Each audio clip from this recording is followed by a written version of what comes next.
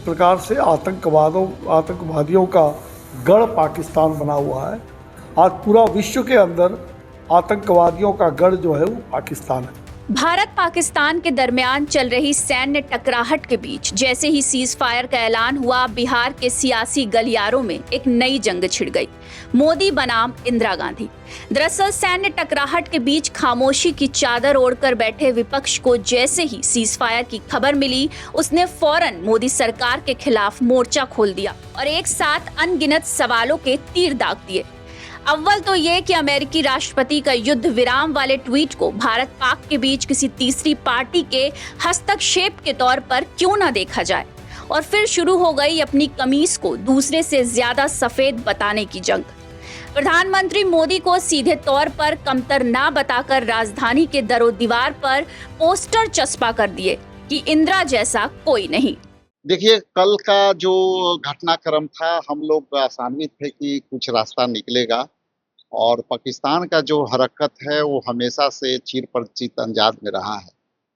और हमारे सेना जिस तरह से मुंहतोड़ जवाब दे रहे हैं, और ये वाकई ये अविश्वसनीय घटनाक्रम है कि अंतर्राष्ट्रीय जो डिप्लोमेसी है उसको उल्लंघन किया है।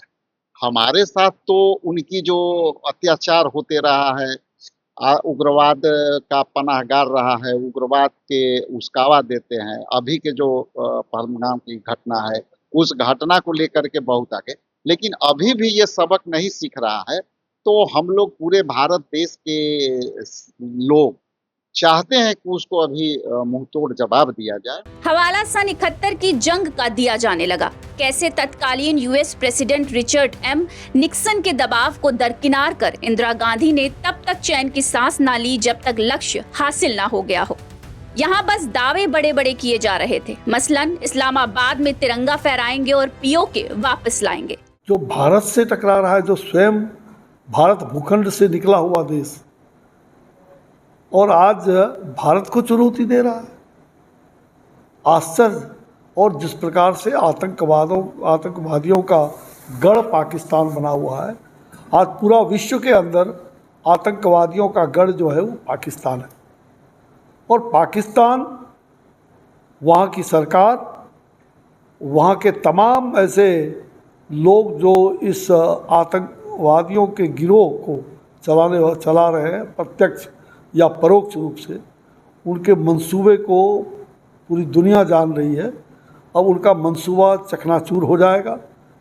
और सचमुच में इसी वक्त में भारत को उन्होंने छेड़ा है, तो अगर मुझे छेड़ोगे तो हम छोड़ेंगे भी नहीं।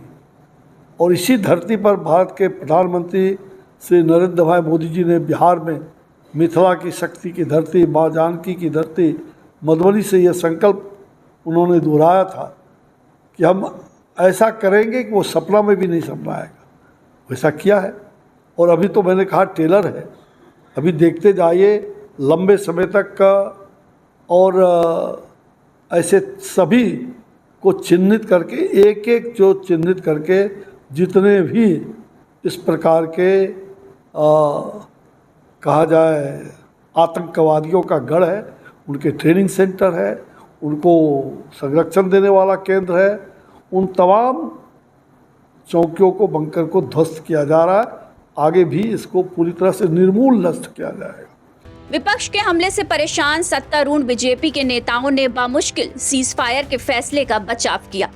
इंदिरा अव्वल की मोदी, इस सवाल के जवाब में नेताओं ने महज इतना कहा कि मौजूदा दौर में दुनिया मोदी की अनदेखी नहीं कर सकती।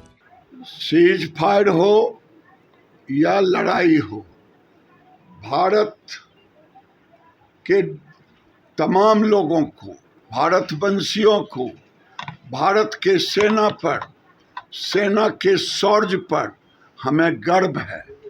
आज पूरे दुनिया को भारत के सेना के शौर्य देखने का मौका मिला। हमें सेना के शौर्य पर भी गर्व है, देश के नेतृत्व पर भी गर्व है।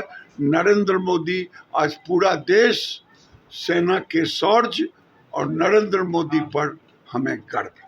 पाकिस्तान के आतंकी ठिकानों को निस्तनाबूद करने के बाद भारतीय सेना का जयकारा पूरे देश लगाने लगा। बीजेपी के नेताओं ने भी मौके का फायदा उठाने में कसर न छोड़ी और वो जंग को अंजाम तक ले जाने के दावे ठोकने लगे। लेकिन इसी बीच युद्ध विराम की खबर ने उन्हें हलकान कर दिया। बीजेपी नेताओं की मुश्किल ये कि जंग को वक्त की मांग और माकूल बताते बताते एकदम से वो अमन और शांति का मंत्रोच्चारण कैसे करने लगे। आज की खबर के लिए पटना से गौतम मयंक की रिपोर्ट।